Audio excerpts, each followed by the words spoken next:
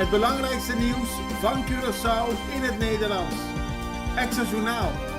Vers van de pers. Welkom bij Extra Journaal. Fijn dat u weer kijkt. We hebben het belangrijkste nieuws voor u op een rij gezet. We beginnen met het bericht dat CITEC vandaag in het parlement praat over geweld op scholen. De vakbond voor onderwijspersoneel had er al vaker over gevraagd en nu hebben ze gehoor gekregen bij het parlement om over deze problematiek te spreken. Het gaat over de problemen met agressie, geweld en bedreigingen in het onderwijs.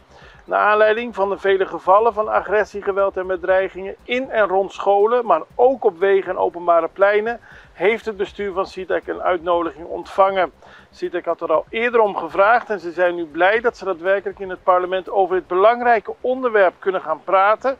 Het gaat vooral om het gebrek aan veiligheid in het onderwijs. En het gaat niet alleen van de afgelopen periode, maar al voor langere tijd al. Dus CITEC, die vakbond, is er ook van overtuigd dat parlementariërs na deze bijeenkomst met voorstellen voor maatregelen zullen komen om verdere gevallen van agressie, geweld en bedreigingen in het onderwijs te voorkomen voordat de situatie uit de hand loopt. Chauffeur opgepakt na hit and run. Dat gebeurde afgelopen weekend. Er was een ongeluk op de Abraham Mendes Jumaseiro Boulevard. Daar reed een zwarte SVU tegen het verkeer in en botste op een tegemoetkomend voertuig. Na de aanrijding verliet de SUV de plaats van het ongeval. Maar op de plaats van het incident bleef de bumper en het nummerplaat van de auto achter. Daardoor kon de politie meteen naar het adres waar het voertuig geregistreerd stond. Dat was bij een woning gelegen aan de Egeo-straat. De SUV stond op het erf. De bestuurder kreeg de instructie om naar buiten te komen, maar hij gaf geen gehoor.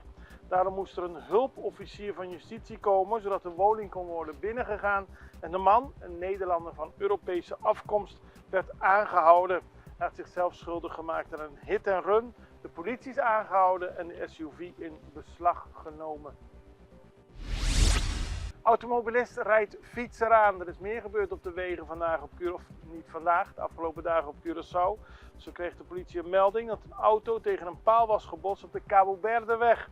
Er was ook een persoon op de weg die was gewond geraakt. Het ging erom dat er een Kia Rio slingerend over de weg reed. Een fietser zag dat hij bijna geraakt zou worden. Daarop besloot de fietser van de fiets af te springen. De Kia Rio knalde tegen het rijwiel aan en botste daarna tegen een paal langs de weg. De fietser raakte gewond en had medische hulp nodig. De ambulance heeft hem naar het ziekenhuis gebracht. En toeristen zijn slachtoffer geworden van een diefstal. Dat is ook dit weekend gebeurd. Bij de Witteweg in Otrabanda moest de politie langskomen omdat toeristen aangaven dat op het moment dat ze wilden vertrekken ontdekten dat vandalen onderdelen uit hun voertuig hadden gestolen.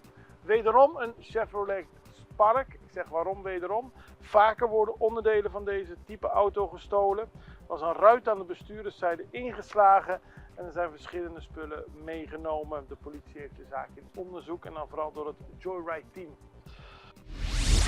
Unidad Ibarrio gaat in dialoog over crisis. Wereldwijd is het crisis, prijsstijgingen. Er zijn natuurlijk veel onzekere tijden op dit moment. En Unidad Ibarrio die wil in dialoog gaan over de effecten daarvan op de verschillende levensgebieden.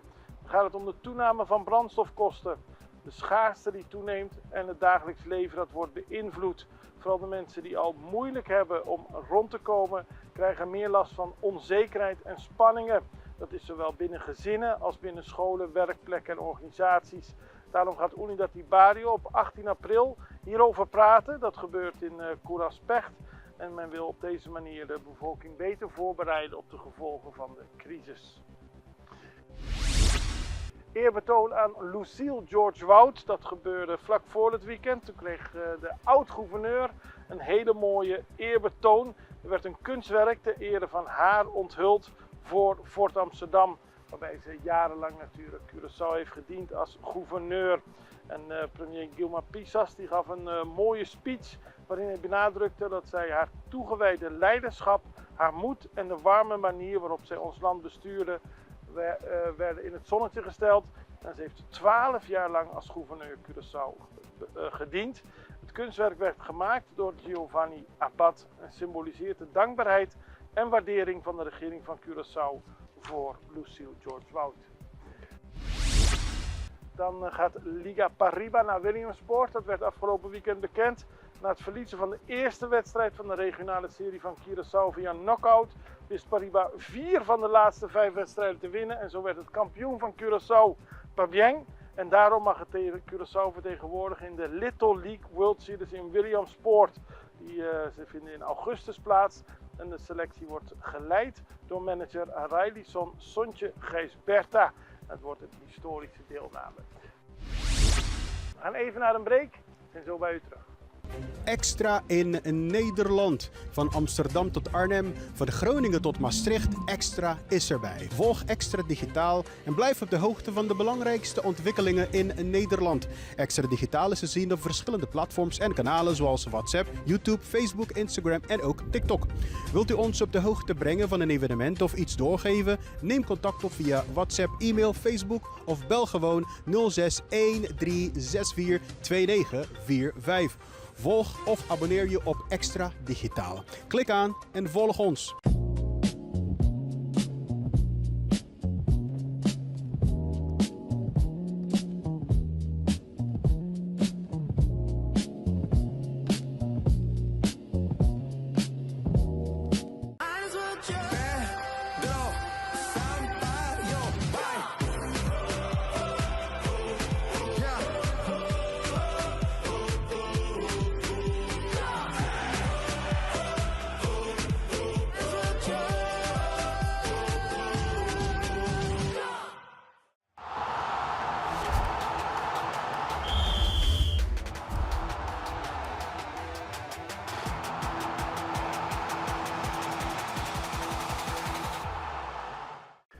Het was natuurlijk de afsluitende marche van de CU.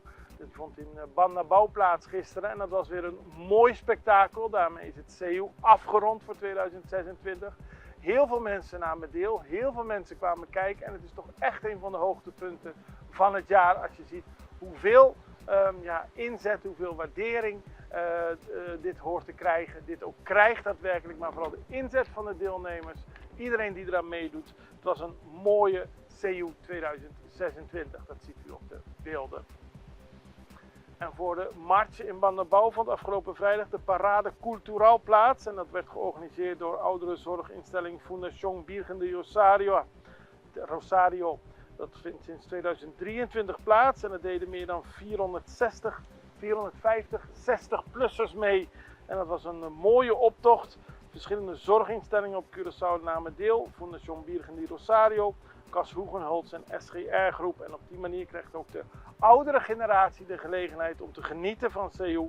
En het was een hele mooie optocht. Iedereen die erbij aanwezig was, heeft genoten van de sfeer en de kleren. En natuurlijk gewoon van het feit dat voor deze mensen ook CU wordt gevierd. Want er deden meer mensen die moeilijk kunnen lopen mee. En daar was alles voor georganiseerd. Dan gaan we naar een interview met Christopher Larcher. Hij is journalist bij L'Équipe. Dat is dé sportkrant van Frankrijk. En het is ook wereldwijd een van de bekendste sportkranten. Hij is hier bijna een week geweest en gaat dan een groot verhaal maken over Curaçao. Omdat ze deelnemen aan het WK.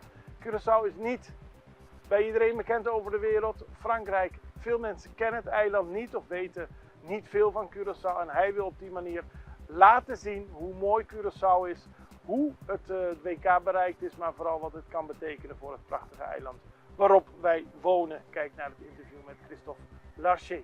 Christophe Larcher, you're a journalist from L'Équipe. We're colleagues. Yeah. Welcome to Curaçao. Thank you very much. We're having this interview because you've been on Curaçao for almost a week, and L'Équipe is interested in Curaçao, like the whole world is getting interested in Curaçao because of the qualifications for the World Champions. What is the purpose of your visit? Yeah, when we heard that Curaçao qualified for the World Cup, okay, we said Curaçao can have a national team. No, I knew that it was in the Caribbean. Not exactly, I have to be sincere. Now I know it's very close to Venezuela, the south part of the Caribbean. But of course, in L'Équipe, we are a sports newspaper, but we are more than a sports newspaper. We want also to go to places, to new places. Yes. Because we travel a lot to Italy, England, or the USA for sports, or Japan. But I think we've never been to Curaçao. Maybe No. I'm the first journalist from L'Équipe to go to Curaçao. Maybe I have to check, but I'm almost sure. Yeah. So it was a new land for us, and the qualification was not only a pretext, but it's an opportunity to come here Yes. and to meet people, to see what Curaçao is, an island with tourists, also with fantastic nature, with fantastic beaches, with nice people, mixed people. I discovered the Papiamento. I love that language. So it was it's like a virgin land for You us. discovered a new land. Yeah, new land, and then football can Yes. football not only it's not new. Sports, it's part of society, it's part of history, it's part of political stuff. So, and during 6 days here, I was trying to know every day more and more about Curaçao. And what is the what do you know about Curaçao, or what is the result of your investigation? No, I think now I have to collect many information about the history of the island, but also when I was focused on the national team, because this is the main object of my presence here. I discovered that all the players were born, almost all the players were born in the Netherlands. So I discovered the connection between the island and the Netherlands. I also discovered that there's another big sport in Curaçao, the baseball. Yeah. Now you have a player, Jones. Yes. He's going to be in the Hall of Fame very soon. Yeah. So I discovered also that it's important for Curaçao people to be better known in the world, you know, because maybe some people they felt a little bit lost in the Caribbean. Nobody talked about Curaçao before, and football can open gates for many people, for millions of people in the world. Now they are going to know where Curaçao is, the color of the shirt, the bodies, the physical appearance of people from Curaçao. I think it's a very good news for Curaçao to be able to go to the World Cup. And now, okay, people in Italy, people in Mexico, people in Australia, they know more about, and in France, they are going to know more about Curaçao. That's good, and we weren't maybe not prepared for all the international attention, because Curaçao is a small island in the world. We don't get normally a lot of international attention, but you say it can be something good for Curaçao, that the world now looks at Curaçao. Yeah, I think for sure it's good. After this good news going to the World Cup, I think the football authorities, but also the local government, maybe they are going to try to make profit about that new publicity. That people know Curaçao now. Yeah, but of course, now football is global. You know, it's not only 5 or 6 countries. I'm not going to say that Curaçao is going to win the World Cup. No, for sure not. But they're going to play against Germany, Ivory Coast, Ecuador. It's big names, big teams. So it's a way to open minds, to be more maybe confident on your strength, on your culture, and it's fantastic. It's fantastic. Thank you for your visit.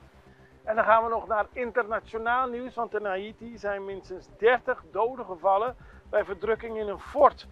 Dat heeft de regeringsminister zondag tegen AFP gezegd. Bij het incident zouden meerdere jongere bezoekers betrokken zijn geweest. En dat vond plaats bij de Citadelle Henri. Dat is Citadelle La Ferrière. Het is een fort uit de 19e eeuw en een populaire toeristische trekpleister. De UNESCO Werelderfgoedsite is dan ook tot naderbericht gesloten voor bezoekers. De premier van Haiti heeft zijn verdriet uitgesproken. En volgens de kranten ging het om tientallen mensen die gewond raakten en meer dan 30 die dus zijn overleden. Nadat er een opstootje ontstond, nadat een deel van de jongeren het fort wilde verlaten en anderen wilden het terrein juist binnendringen. Dat ging na een promotie op TikTok, dus er kwamen heel veel mensen op af. De regering riep de burgers op kalm en voorzichtig te blijven en het onderzoek naar het incident vindt nog steeds plaats. Wij zijn ermee aan het einde gekomen van deze aflevering van Access Journaal. We zijn er morgen weer en ik hoop u ook. Beste, tot ziens. Dag.